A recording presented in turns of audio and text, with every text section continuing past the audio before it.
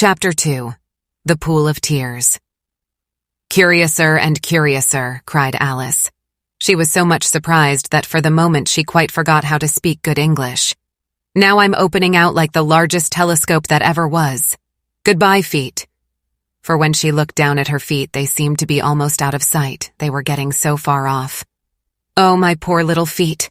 I wonder who will put on your shoes and stockings for you now, dears. I'm sure I shan't be able. I shall be a great deal too far off to trouble myself about you. You must manage the best way you can. But I must be kind to them," thought Alice. "Or perhaps they won't walk the way I want to go. Let me see. I'll give them a new pair of boots every Christmas." And she went on planning to herself how she would manage it. They must go by the carrier, she thought. And how funny it'll seem, sending presents to one's own feet. And how odd the directions will look. Alice's right foot ESQ, hearthrug near the fender, with Alice's love.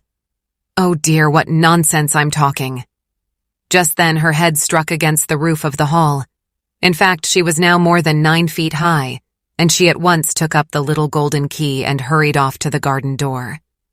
Poor Alice. It was as much as she could do, lying down on one side to look through into the garden with one eye. But to get through was more hopeless than ever. She sat down and began to cry again. "You ought to be ashamed of yourself," said Alice. "A great girl like you." She might well say this.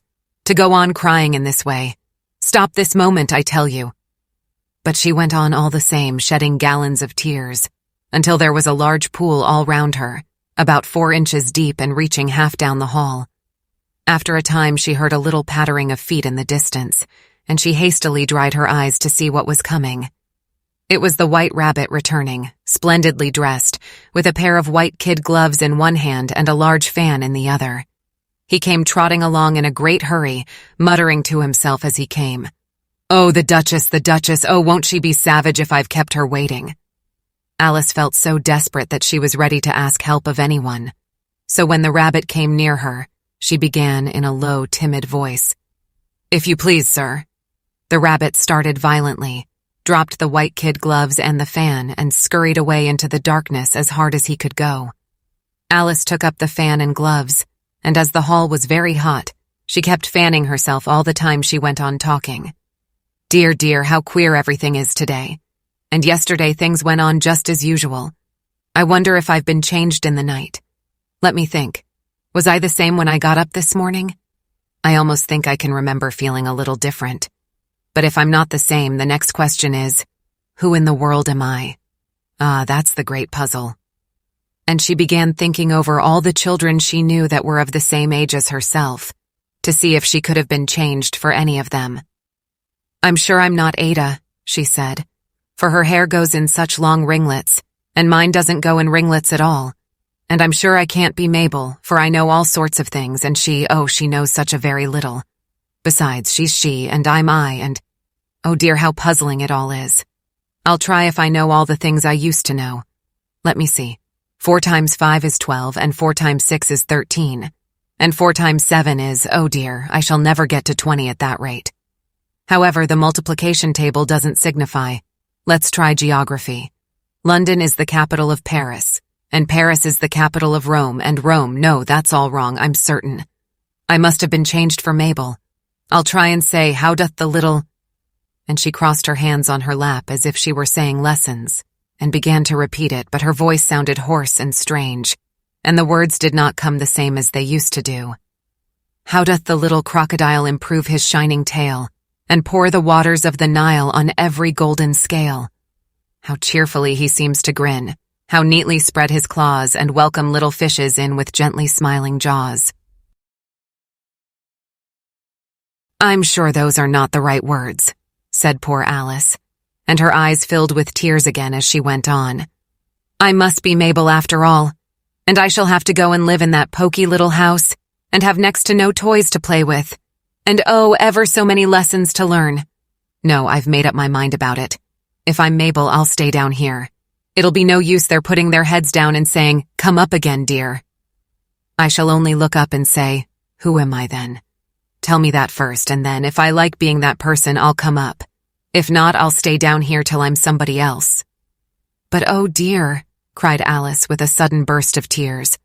"I do wish they would put their heads down. I am so very tired of being all alone here." As she said this, she looked down at her hands and was surprised to see that she had put on one of the rabbit's little white kid gloves while she was talking. "How can I have done that?" she thought. "I must be growing small again." She got up and went to the table to measure herself by it, and found that, as nearly as she could guess, she was now about 2 feet high and was going on shrinking rapidly.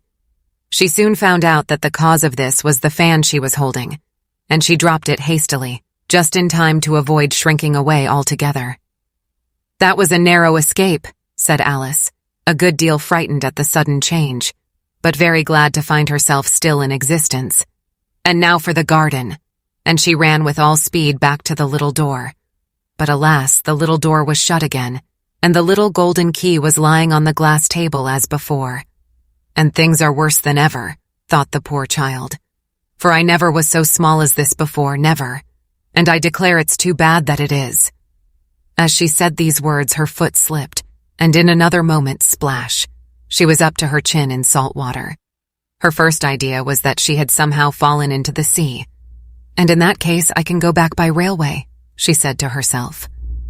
Alice had been to the seaside once in her life, and had come to the general conclusion that wherever you go to on the English coast, you find a number of bathing machines in the sea, some children digging in the sand with wooden spades, then a row of lodging houses, and behind them a railway station. However, she soon made out that she was in the pool of tears which she had wept when she was 9 feet high. "I wish I hadn't cried so much," said Alice as she swam about, trying to find her way out. "I shall be punished for it now, I suppose, by being drowned in my own tears. That will be a queer thing, to be sure. However, everything is queer today." Just then she heard something splashing about in the pool a little way off, and she swam nearer to make out what it was. At first she thought it must be a walrus or hippopotamus, but then she remembered how small she was now, and she soon made out that it was only a mouse that had slipped in like herself. "Would it be of any use now," thought Alice, "to speak to this mouse? Everything is so out of the way down here that I should think very likely it can talk. At any rate, there's no harm in trying." So she began. "Oh, mouse, do you know the way out of this pool? I am very tired of swimming about here, oh mouse." Alice thought this must be the right way of speaking to a mouse. She had never done such a thing before, but she remembered having seen in her brother's Latin grammar, "A mouse of a mouse to a mouse, oh mouse." The mouse looked at her rather inquisitively, and seemed to her to wink with one of its little eyes, but it said nothing. "Perhaps it doesn't understand English," thought Alice.